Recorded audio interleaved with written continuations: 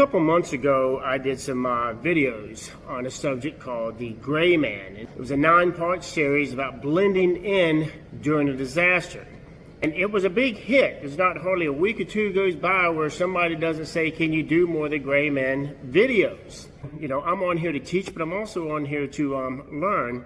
And Shadow Veteran a couple weeks ago made a comment in one of my videos, and it clicked. It wasn't just me and my family that need to become the Gray Man and blend in. It's material objects as well, and I was leaving one of my most important material objects out.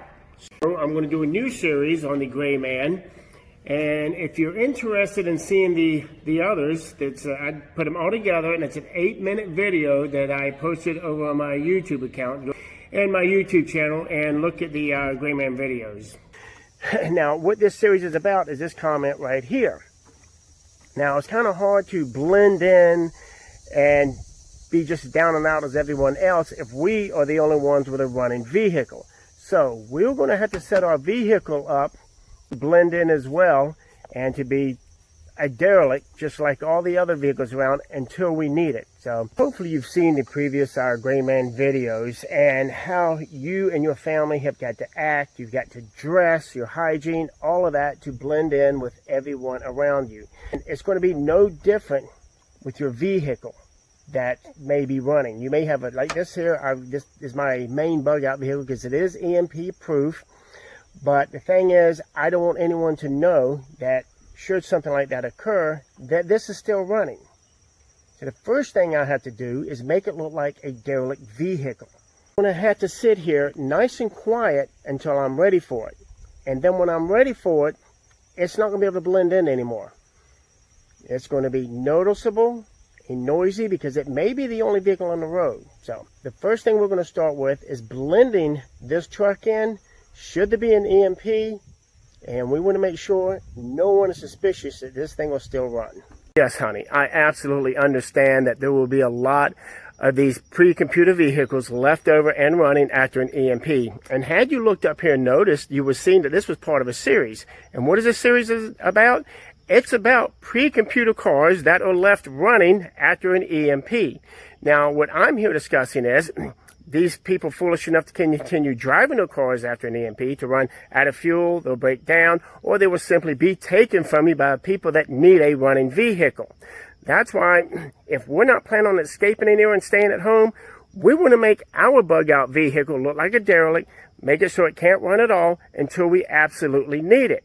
And if that's weeks or even months down the road, by then, there's hardly going to be any other vehicles on the road. So yes, when you and your family have to escape in that vehicle that you had hidden away in plain sight, I guarantee you, you will be nearly the only vehicle on that. What are we talking about? We're talking about the event during an EMP, electromagnetic pulse. It's when a nuclear warhead is detonated a few miles above the atmosphere, say for instance over America. It will totally collapse the grid, the internet.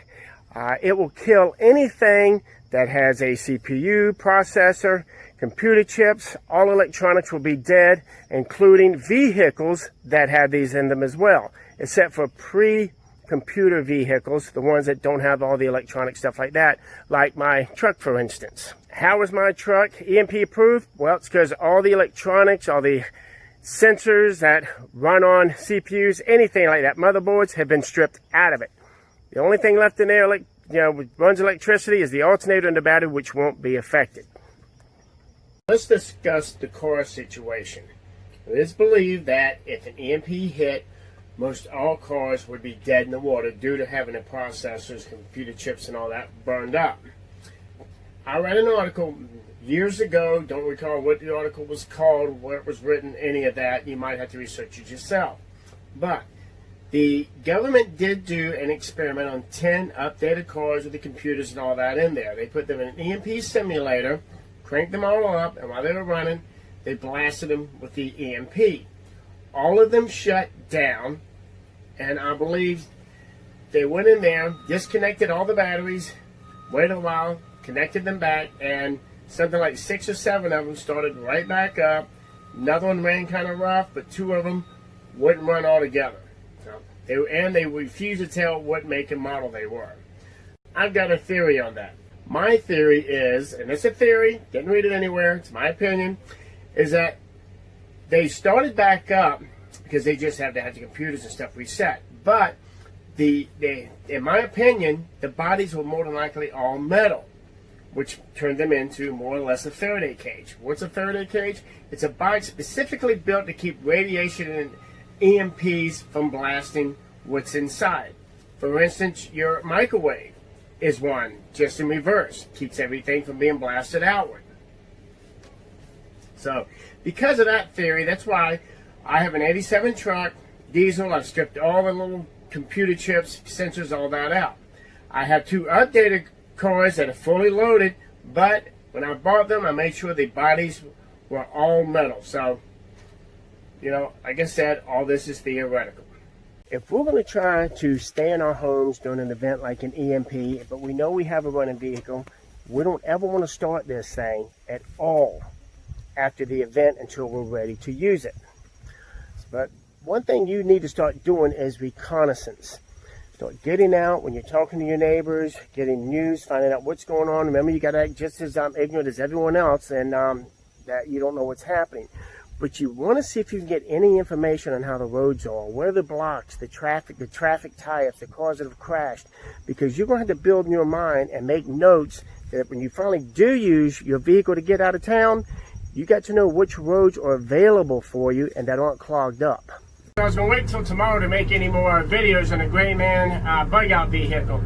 But I'm just dying to answer this comment here because obviously this person has never seen my other videos. There were several of them that I've made about keeping the proper amount of gas in your tank at all times to get you from home to wherever your safety spot is for you and your family.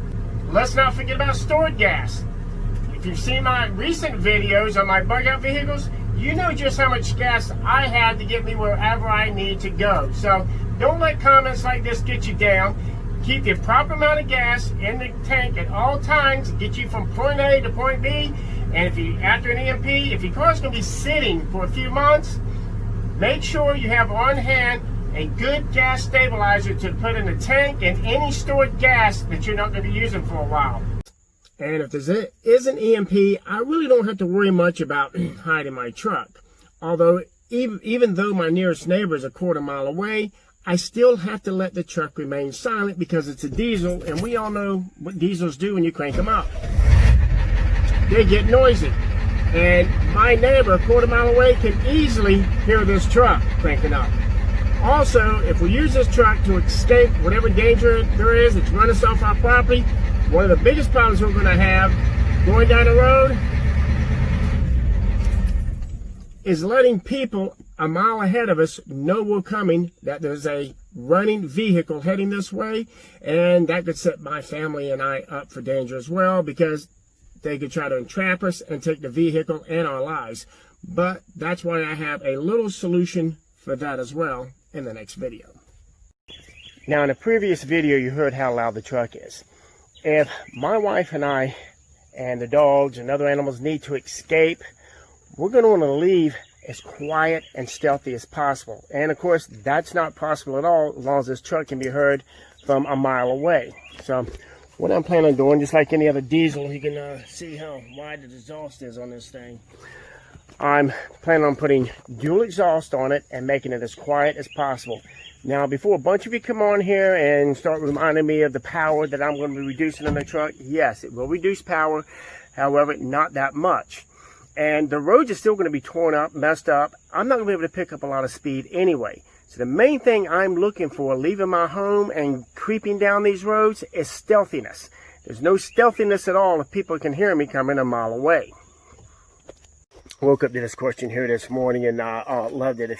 If you don't own one of the trucks like he's talking about, or one of mine which has what's called a 6.9 International, or you're not familiar with them, although it's a serious question, it's a lot of humor in there because these engines are loud, very loud. The main reason I'm doing the exhaust because the exhaust is absolutely loud because it's straight pipe and it will quiet the truck down some. But as Cold Rolling Country's pointed out, that once I hit the road and I start picking up speed, you'll be able to hear this engine probably from a mile away. very loud engines. And yeah, I will lose a lot of my stealthiness from that. So after an EMP, if you're not sure if your car is going to start or not, wait till you're absolutely sure no one is around and no one can hear it. Then go out there and try it. If it doesn't turn over, disconnect your battery for a couple minutes and then reconnect it and see what happens. If it doesn't start up, it's dead in the water. If it does start up, shut it down immediately. Pull the battery out of your car if you're not going to be leaving within the next week or two, because if it's going to cause me sitting there for a length of time, you don't want the battery to drain. What you want is one of these solar trickle chargers from Amazon or Freight Harbor. They're between $15 and $20. Set it out in the sun and hide your battery somewhere. Hook it up and let this trickle charger keep a full charge on your battery at all times for when you need it. Other than answering your questions, I'm bringing this Gray Man Bug Out vehicle series to a close.